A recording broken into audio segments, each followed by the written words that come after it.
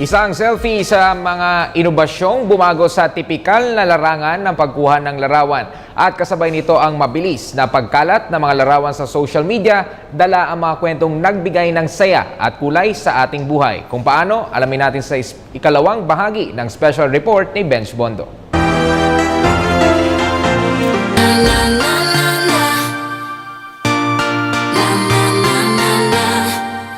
Dahil sa teknolohiya, ang mga gawain mas mabilis, mas madali, mas magaan.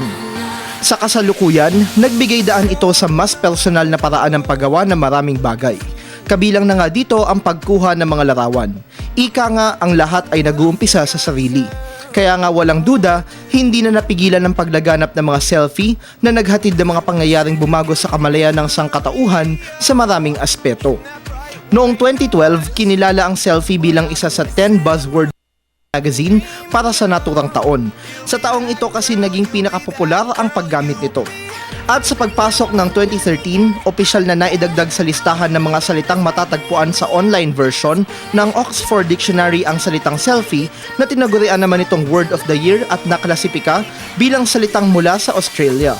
Kung dati na may mga tao lang ang nagsiselfie, ngayon pati mga hayop dito'y hindi na rin pahuhuli.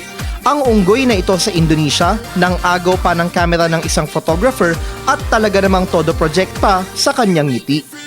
Bukod din sa mundo, narating na rin ng selfie ang kalawakan sa labas nito kung saan ang mga bida, walang iba kundi mga astronauts at ang kanilang outer space adventure.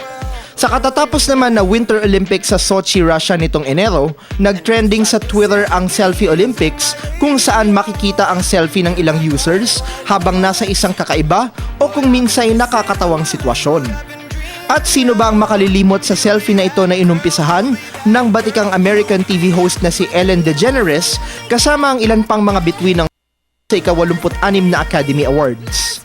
Maaaring mawala ang mga tao at bagay sa isang litrato, ngunit ang mga ala-alang nakapaloob sa mga ito, hindi kailanman magbabago.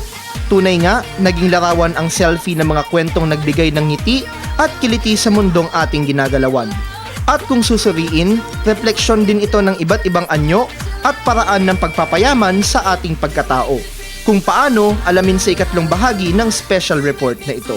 Para sa Telebisyon ng Bayan, Benj Bondo.